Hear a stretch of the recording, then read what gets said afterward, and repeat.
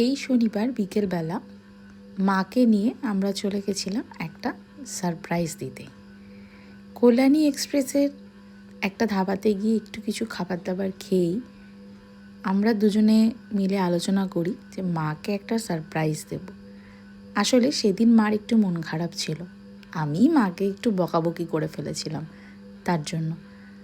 আসলে সদ্য ডেলিভারি হওয়ার পরে ওই পোস্টপার্টাম ডিপ্রেশন বলে না, তার জন্যই হয়তো মাকে একটুখানি বকে দিয়েছিলাম।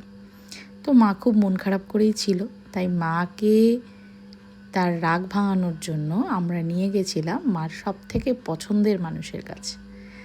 আমি, আমার বর, মেয়ে আর আমার মা, কজন মিলেই আমরা মাকে কিছু না জানিয়ে নিয়ে বেরিয়ে গেছিলাম।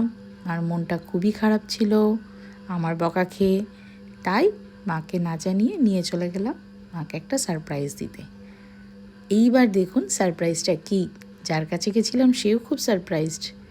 এই যে আমরা চলে এসেছিলাম আমার মার জানের কাছে।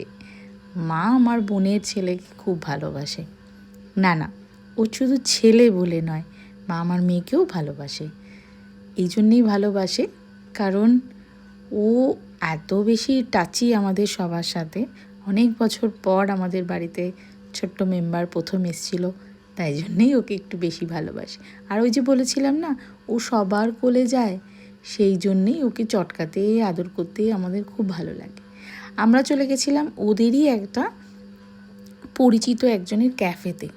ওদের বন্ধুই হয় তারা, যারা ওনার তারাই ওদের বন্ধু হয়। আমরা সবাই মিলে ওখানে গিয়ে সত্যিই ওদের ওপর হানা করেছিলাম। গিয়ে দেখলাম ওরা সবাই মিলে মজা করছে। ইতিমধ্যেই দেখি আমার মা তো তার বরকে পেয়ে তার প্রথম বরকে ভুলে গেছে।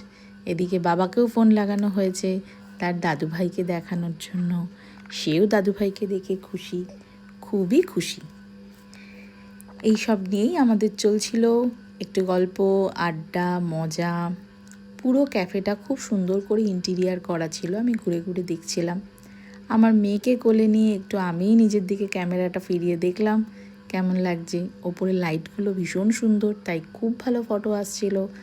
তাই ছোটোখাটো অনেকগুলো ফটো নিয়েছি। আমরা ওখানে গিয়ে কিছু খাবার দাবারও খেয়েছি। ওরা আমাদের খুব করে বলছিল কিছু খেয়ে যাও, কিছু খেয়ে যাও।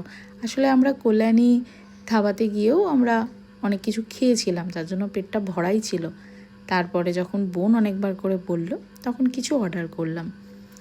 এপাশে দেখি আমার বর এখানকার যে ওনার, যে আমার বোন এবং বোনের হাজব্যান্ডের বন্ধু হয়, তার সাথে এখানে পুল খেলতে ব্যস্ত।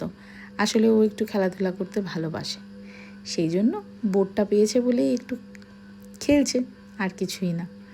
এই যে এই সুন্দর হাসিটাতেই না আমি প্রথম দিন থেকে প্রেমে পড়ে আছি, আর কিছুই না। মানুষ আজ আছে কাল নেই, কিন্তু মানুষের সম্পর্ক, ভালোবাসা সব কিছু থাকাটাই খুব দরকার। টাকা পয়সা দিয়ে হয়তো অনেক কিছু হয়, কিন্তু সব কিছু হয় না। এই যে মাকে একটুখানি নিয়ে গেলাম মজা করতে, আনন্দ করতে, মার মনটা খুশি হয়ে গেল। এর মাধ্যমেও মাদেরকে সরি বলা যায়। পরে আস্তে আস্তে বলেছিলাম যে আমি একটু বকাবকি করে ফেলেছিলাম বলে সরি। আসলে আমি কোথাও গেলে মাকে নিয়ে, মা খুব তাড়াহুড়ো করে, আর আমি বাচ্চাটাকে নিয়ে একদম তাড়াহুড়ো করতে পারি না। আসলে আমি এত বেশি এক্সপার্ট নই, আমি যথেষ্ট নড়বড়ে। আমি হয়তো নামেই মা হয়েছি, এখনও পুরোপুরি মায়ের ভূমিকা পালন করতে পারিনি। সেই জন্য আমিও ঘাবড়ে যাই বলে বকে দিই মাকে। এই যে আমরা সবাই মিলে একসাথে অনেকগুলো ফটো তুললাম, আমাদের পটলের সাথে, আমাদের হ্যারি পটারের সাথে।